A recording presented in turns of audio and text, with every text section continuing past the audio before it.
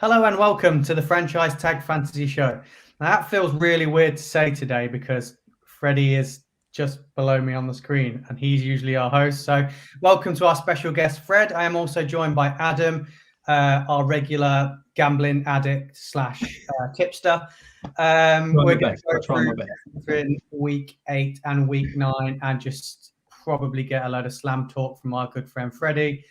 So let's get straight into it, Fred. Can I just quickly interrupt? Go on. In the main show yesterday, I was insulted. It was almost bullying from our so-called guest, I would argue, with his constant going on about what I was wearing, and I thought it was an outrage. So, what I'm doing is I am going to dress up just for Freddie so that I can be warm enough, okay? Because I don't want him to get upset with my lack of attire. So, we're going to go for this. Got myself a nice... oh, lovely. Look like you're actually going to the game. And scarf as well. So, yeah. Hope that's okay for you, Mr. Hall. Yeah, I've got something for you here, mate. It's a tissue if you'd cry to wipe your tears away, because that's all you do is crying. Yeah, again. Get cold, so, I genuinely thought he was going to pull a bikini out. I could have gone that way, but no. Yeah, let's. Now Adam's nice and cozy and warm. Yep. I put pants on. He takes it off in 15 minutes. Yeah, it's coming off. Fred, 3 and 5. Yes. You claim to be the oracle, the king. You've even bought yourself a crown. What's going on this year? Well, some years you got to let the peasants have a little bit of fun, haven't you? Just so that they know they still matter. If the king won all the time, there'd be anarchy amongst the people, the little people. And also as well, it's been very hard to try and fill that last spot in the league, and now we've got Adam in, like he's second, and we need to give him that little leeway, because else he will, like he's done tonight, he'll cry again, and then he'll take all his toys and go home because he'll be like 8th or something, and he won't get the waiver wire because the waiver wire doesn't work, and I don't like the NFL app. I want to be on Sleeper, and I'll boo hoo hoo. I've never done redraft before. Over it. You're part of the big boys league now. There's a lot at stake here in this league. It has been for a very long time. For me, this is coming from the man who's currently ninth in the league, just outside the playoff, just outside. See, now he's disappeared. Oh, he's come back. Don't you worry about where I am just now. Don't you worry about that. We'll just worry about the end of the season. It's a lot of faux confidence here. Should I come on as my annoying self in fantasy football, or the host of this, podcast usually?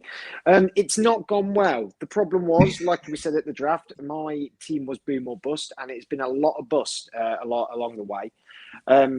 I've tried to make some moves in the last few weeks because I really think my team needs a bit of a revamp, needs a bit of a shake up. Tried one with Adam last night. He just took the mick. Trying one with Tinch. That's probably going to go through now that we did speak about it off camera last night between us. That's probably going to go through, I hope. So I think it just needs a bit of a shake up. I've got some primetime players. It's just the chips have not felt well for me and that's the same across the board, to be honest with you. It's a close league at the minute, and that's what I really enjoy about this league, is it is close and it is down to the wire all the time. 3 and 5, you say, it's bad. It's bad that you're on 3 and 5. Half our league is on 3 and 5, so it's not like not strictly true, is it? That, I mean, God, do you want another tissue? Just crying. I think there's about 4 of you on 3 and 5. Yeah, I mean, if all of us in the bottom half are around the same, I think the bottom is 2 and 6.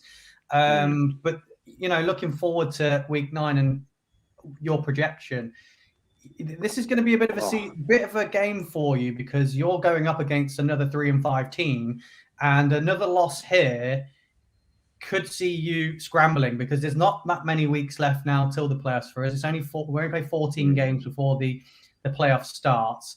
So yeah, week 9, you lose this 3 and 6. There's a couple of us that could move up to 4 and 4 or push slightly ahead of you. You got to be worried, as Kyler Murray isn't definitely playing this week. and your backup quarterback still kind of has concussion. It's actually you've not updated yourself. He's no longer my backup quarterback, Sam Darnold. No, Taysom Hill has. As I'm famous for doing. And Taysom, well, no, Taysom Hill has been a go today at practice. I'm probably not sticking with Taysom Hill because I've had someone else in mind now. It was, you know what? I ain't gonna lie to you. I had a panic today because you took Jordan Love, and I was like, oh, that's annoying. I really need to think about the quarterback here. So I was going to go for Mike White, and I thought Mike White's, it's not a decent start, but at least it's like an all right backup. The problem is he plays tonight, and do I risk playing Mike White tonight? He could do great. I don't, get me wrong, but Kyler could play Sunday, and Kyler, for all that we've said about it, is a top 5 quarterback in for points this year, and he's had a few off games recently. He only scored 9 points in the last game. But they played the Green Bay defense, and Green Bay were really good. We've all had Tinker. And I think this is really crunch time, to be honest with you. I thought last week and this week is the crunch time moments. I'm not happy with where my team's at all. DeAndre Swift's on the bye. Chris Carson on IR, isn't returning for the rest of the year. Dalvin Cook's not been as hot as I'd like him to be. He's been injured as well. I've had some rub of the green, some luck. Henry Ruggs now not being at the Raiders. I picked up Hunter Renfro, and he's been really good for points. I've had every week's been a conundrum of Noah Fant or Hunter Henry. Noah Fant can either get you 20 points or 2 points. Hunter Henry seems to be stabling out at like nearly 11 points every week. They are 2 players that I am looking to move, or one of them is that I'm looking to move. We can talk about that in a bit if you like, but I'm not that. Unfortunately, as much as I'd like to give my persona as I'm confident, I'm a bit brash and harsh on everyone. It don't look good for me this week. My big time players did not play well last week. I scored the second lowest this year, and Dan Wallace scored lower than me last year, but that was because he had 2 injuries pretty much at the start of the game. The rest of my players played the whole game, apart from Kyler was injured at the end. You need some of these big time players to play big time plays. And Andrew, you had the exact same thing like a couple of weeks ago for a few weeks running. Good players, solid players who get points a lot, just not performing for a couple of weeks, and it almost gets in a slump. And that's why I'm in a bit of a slump, and that's why I'm trying to make a few trades. I'm trying to mess around my team a little bit because I feel like I need to jig it around a little bit just to try and get some more stability in there, because there's been my problem since the draft of this team is it is boom or bust. However, I thought it'd be boom. I don't think it is bust. It's just not a booming. You must be happy with some of your team though. I mean, like on draft night, we thought that you had drafted pretty well. I did draft well. Oh no, I was very happy with the draft. And I was happy with who I got. And I mean, my starting lineup to the eye is fire. It's so good. It is Kyler Murray, Dalvin Cook, DeAndre Swift, DJ Moore. Tim Patrick is probably the weak link there. Let's say Hunter Renfro. Noah Fant, fire. Matt Gay at the Rams, obviously, he's been able to kick all the time because their offense has been so high-powered. And Panthers' defense has been pretty good for fantasy, though it isn't in real life. And then it's been jigging around my bench. In fact, the starting lineup wouldn't even be. It'd be probably Chris Carson in the flex if he wasn't injured. I mean, that's 3 of the top 10 running backs in this league. I've got on my team, but Chris Carson's out for the year. Dalvin Cook's not performing, but DeAndre Swift is performing. The problem is, you nearly had me last night, Adam. You nearly had me. You went, I would trade for DeAndre Swift, and I went, okay, I could go for that. I could maybe go for that. And you know what? My problem is I didn't pay enough attention to him. And then you gave your weak ass offer. Yeah, it stunk. I felt bad giving that offer. I have to say, I really did, because the problem was I was looking at my team and I was just like, I don't want to trade this. I don't want to trade Eckler. I don't want to trade Deontay Johnson. I don't want to trade Jamar Chase. I don't particularly want to trade Michael Carter at the moment after last week, and I think he's just going to get more and more time. And I was a little bit like, who do I want to trade? So you offered 3 of your I did. For my best I was just interested to see what would come back. But I didn't. Yeah, well, it was negative. I didn't realise actually how well he was scoring. Like that sounds really stupid because obviously he scores points, but he's the 4th highest scorer in running backs this year. I didn't clock that, to be honest with you. You know who third is your guy Austin Eckler. Now I was tempted by DeAndre Swift pairing up with maybe one other person and going for Jamar Chase. I like the idea of that, but then I looked at it. Every time I look at my team, I have this little hope for Chris Carson's going to be back, and he's not. They've said he's not playing the rest of the year. So what? I don't know why I'm holding out. I don't even know why he sits on the IR thing, because it's just a constant reminder that he's not going to play. And then Dalvin Cook in your mind, you go, well, Dalvin Cook's great. He's going to be amazing. He's going to be amazing the rest of the year. But he's not been fantasy-wise because he's been injured, and he has his off games. And Alexander Mattison is such a good number 2 with him. The points sometimes go to Mattison, unfortunately. Speaking of trades, guys, as we're on the trade topic, we've had a question. Well, I'd say a question, yeah, from Azalea. I traded Tyreek for Najee Harris and Mike Evans. Who won? I definitely think Azalea won. Well, whoever got Najee Harris and Mike Evans. For Najee Harris and Mike Evans for Tyreek Hill. Yeah. That is a win. Yeah, you've won. 2 solid players for 1 solid player. That is a definite win. That is a trade rape if I've ever seen it. Yeah. We don't use the R word lightly, and believe me, it is in the context of literally that happens. So please, people out there, don't think that we do anything bad to each other. But in terms of fantasy football, that your boy just got raped. I mean, that is bad. That is bad business by that team. Get Tyreek Hill for Najee and Mike Evans is a joke, really. I mean, like, Tyreek's great. Don't get me wrong. Kansas City, absolute fantasy gold, hasn't he? Fantasy gold. Tyreek's getting doubled all the time. Basically, we didn't really talk about this last night because we briefly swam over it. But everyone's playing Tampa Bay Super Bowl defense against the Chiefs at the minute, dropping 2 safeties. So they're like, Tyreek, you're not going over the top. You can take 10 yards, but you're not going over the top. So Tyreek's numbers have gone down because he's getting doubled, and they're dropping deep. Najee's been fantasy gold, even if, however I feel about him as a Steelers fan on the pitch. And Mike Evans, again, he can be a player 1 week that can get you 5 or get you 25.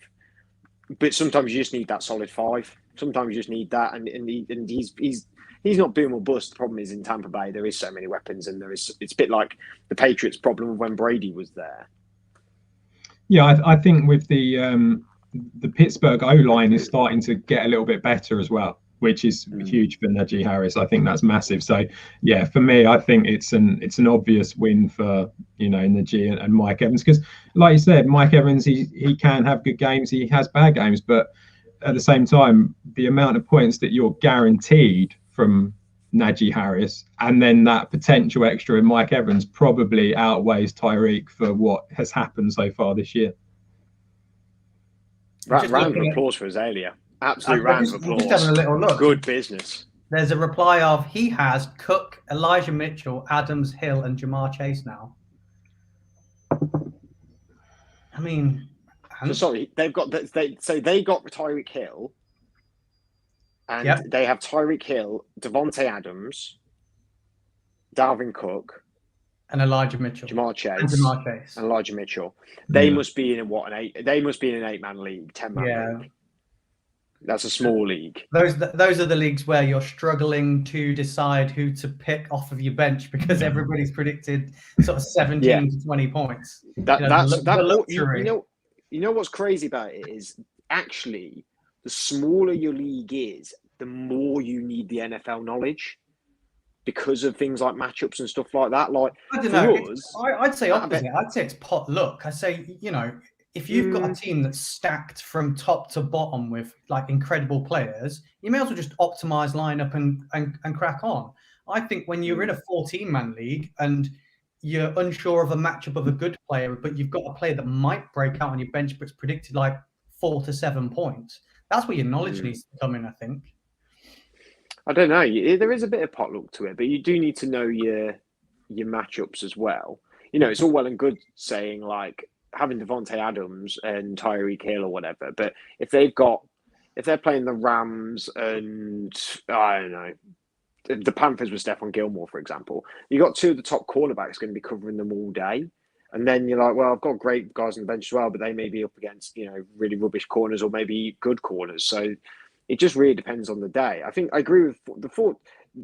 I do not regret us expanding the league to go into 14 because it's made it far more interesting, and it really having the injuries and having COVID as well still would play a massive part, makes it even more interesting because all of us now are at a really good stage of our NFL knowledge where we have to look deep into the waivers and everything like that, but you like are forced into a corner to do that. And sometimes that is potluck as well. But yeah, I mean, that's got to be 8 to 10 person league, but good business by Azalea there. Well, we've discussed how trash your team is, Fred, and it's not trash. It's not trash. How well you're doing. But I think we should have a look at the flip side of the league and see how it's going at the top. And maybe give Adam a bit of his limelight. You know what? He had some doubters at the start. People thought, what's this guy? If there ever was a boom or bust team, Adams was the one on paper that's probably more boom or bust out of everyone. In fairness, I did say that from day one. Yeah, you took a lot of risks. You did. It seems to have paid off. You're sitting 6-2, second in the league. Yeah, it's all looking quite peachy for you. It is at the moment. You know, I will still always hold that pessimism that I have that it will all go wrong at one point or another. I don't think it can go bad enough for you though to drop out of the playoffs now. No, I mean when you look at it, I mean, what is it? 3 games, really? You lot are 3 and 5. It's 6 and 2, so it's 3 games that I've got to lose to your 3 wins to be knocked out of it. So yeah, I would be pretty disappointed if I didn't make the playoffs now. This is part of the reason why the Jimmy Garoppolo trade that I did. I wouldn't like to say I'm looking towards the sort of like the playoff part of it completely, but I am looking at certain things now and just sort of bringing people in who I think, whether it's him or Trey Lance, it doesn't really matter, sort of thing. So I think they've got quite a nice little schedule over the playoff time, and yeah, it's going reasonably well. Hopefully, it will continue, and you never know, we might actually get to see one of you two in the playoffs soon. That'd be quite nice, wouldn't it? Fingers crossed. I'm coming. Don't you worry. I'm still ever optimistic, but you know, being a Giants fan, you have to stay optimistic, don't you? So do. You know, I have to follow that process in fantasy as well. So at the top of the table, we've seen a couple of the big names now looking to struggle. Now COVID started to hit a little bit more in the league. A lot of those big names are starting to go out. We were Byron third, 5 and 3. Ticking along nicely. He's got Aaron Rodgers in his team. Well, he's got quite a lot of Packers players in his team. You know, is this going to be the decline in his team? Will it really affect him that much, or do you think he can still continue with the players he's got? Same with Pirate Bay with Derrick Henry, but that one's injured as well. That one's worse because of the injury, because he's out for so long. That one's much worse. He's out for a while. The other thing isn't this week is the Bucks are on bye, aren't they? Bucks bye week. No Derrick Henry.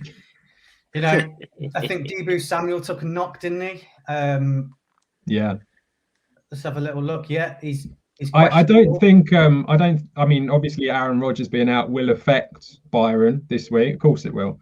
But who's on his bench? He's got Trevor Lawrence going against the Bills. Yeah, that must be horrible for a Bills fan to support a quarterback trying. And I don't think he's going to score high point. He wouldn't score. Who Green Bay playing? Kansas City. So Green Bay, Aaron Rodgers points you would have got against Kansas City. He would have had a field. He's going to be so much more than Trevor Lawrence against the Bills. So much more. I think Trevor Lawrence against the Bills has got pick sixes written all over it. Yeah. And the problem is as well, I don't think James Robinson's available, is he? I think he took a knock in the last game. So he potentially not playing. So maybe Trevor Lawrence is going to have to be forcing to throw it, which you don't want it. At this point in the season, you don't want to play in the Bills. They're too confident. It's definitely looking a bit ropey for the people that are sitting high, which is great news for us guys at the bottom, because I think we've got to play them. There's one team that a few people have mentioned. You mentioned this team, both of you, in the draft, and a couple of the guys who've been on have mentioned how it's going, and that's my dad's team. Big Trev Manning sitting at 5-3. He's beat me by 2 points last week. He's beat Fred. Adam, have you played him yet? No, I don't think I have.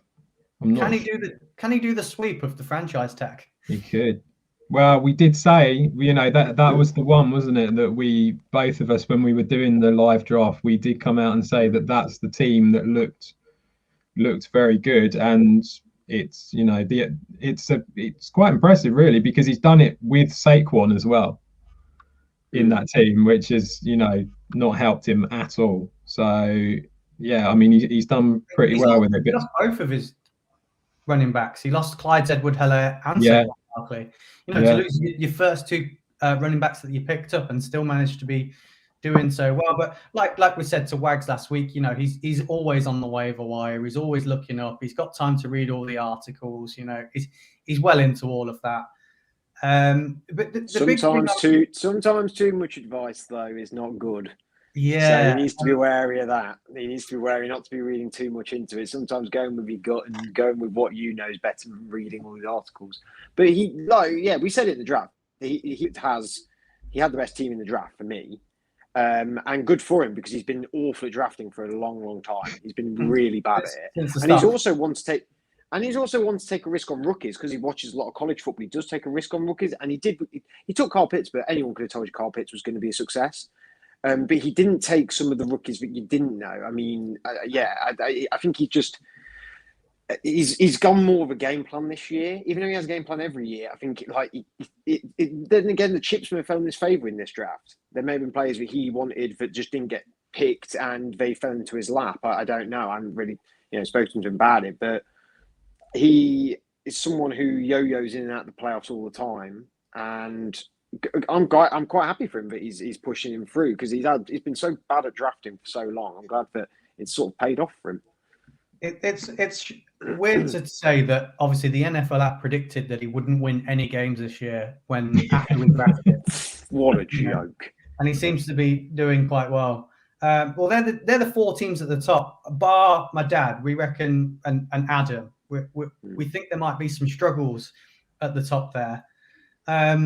Again, there's been a lot of movement again on the waiver wire this week. There seems to be more and more action on that. I think this week there's been more than most. Is there any moves on the waiver wire, if you guys have seen it, that you've been impressed with, or any guys that you wanted to hit up, or any really dodgy decisions that you're kind of umming and ahhing what these people are thinking? I don't think there was anything particularly. Tinch. Yeah, that's the one.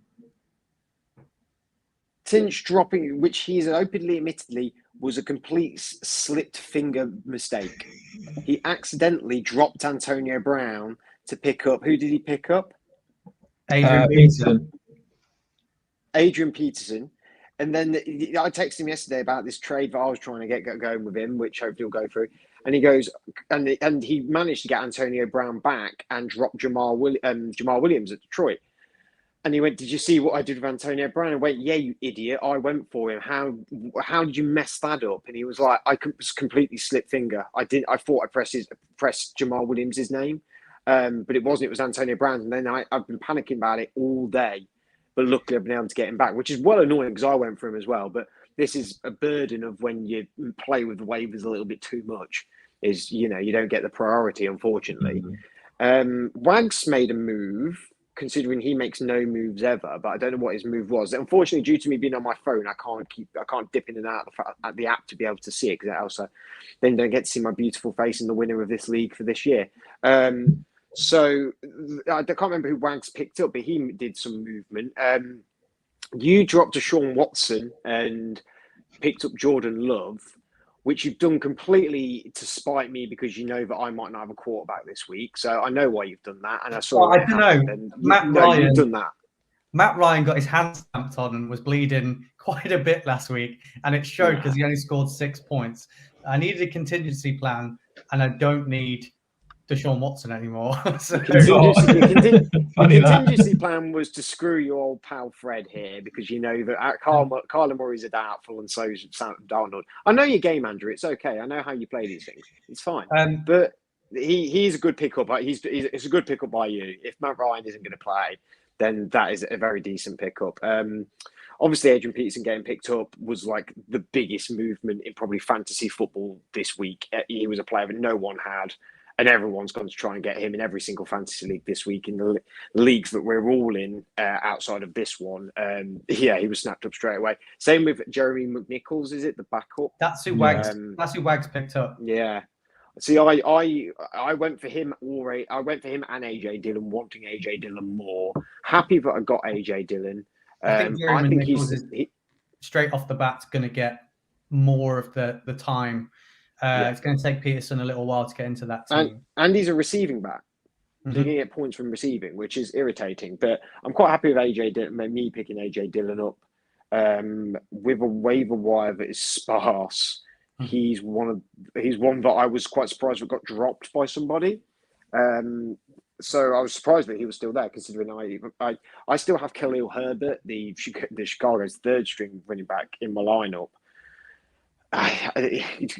Can you rolling the dice on a third string running back against the Pittsburgh Steelers defense when there's no running backs available? It is a little hard. However, AJ Dillon is a bit more reliable one, but it might be if I have to play him in the flex. I'm not sure. There's just so much movement this week because there's the COVID's happened with a load of players. IR, loads of players this weekend, and also players not coming back from IR when expected. There's quite a few players that have just been sitting there for a while now and don't seem to become. Michael Thomas was one that was meant to be back this week. Now he's out for the year pretty much because he's got another ankle injury. McCaffrey's been promoted off the IR this week. Does he play? Don't know. Aaron Rodgers missing this game. There's loads, and with me for my quarterback, for quarterbacks, for example, Kyler Murray and Sam Darnold, but now obviously Taysom Hill. There's more so than any other week. There has been possible injuries, IR, COVID, all in one week, and the trade deadline as well. We forget about that. There was players that people were sniffing around. For you, for example, Deshaun Watson, you thought he was going to get traded and be at Miami and probably playing. I just wanted to be more, prepped for it just in case it happened. Sorry to put in on you, Freddie. We've had another question in, so I just want to make sure we get that in there before we move on. I've got a question from Alex. Should I start DJ Moore or Michael Pittman full PPR? For me, that's an easy one. It's Michael Pittman. Who are they playing? They're playing the Jets. They play tonight against the Jets. Carson Wentz seems to be, bar his dodgy interception, he seems to be throwing the ball well, and Michael Pittman seems to be his favorite target. I've got him in my team, and he's automatically in. There's no way. And PJ Walker is meant to be starting this weekend for the Panthers, I do believe. And they're playing unless Darnold really turns around. They're playing the Pats as well, and Pats have got a good defense. Yeah. So however, they aren't great at corner though at the minute. They're not great at corner. They're great at the pass rush, but the corner's still not great. But straight off the bat, DJ Moore or Michael Pittman, which one's scoring more this week? Pittman. Pittman. Yeah, sure. Yeah. We're all in agreement with Pittman. Sure. Hopefully, Alex, that helps you. I don't know if Jared's listening. I have to bring it up. If Jared's listening, we gave him some advice last week.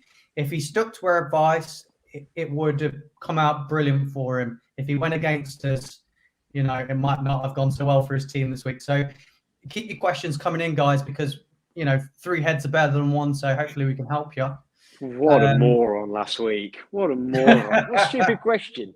Damian Harris was always the answer. And thank you. No, I really, I know this is Andrew's show, but I really appreciate it as being the part of the franchise tag team that people do send the questions in. And no question is too stupid. I mean, ask us any question you like, of course, and ask Andrew any question you like.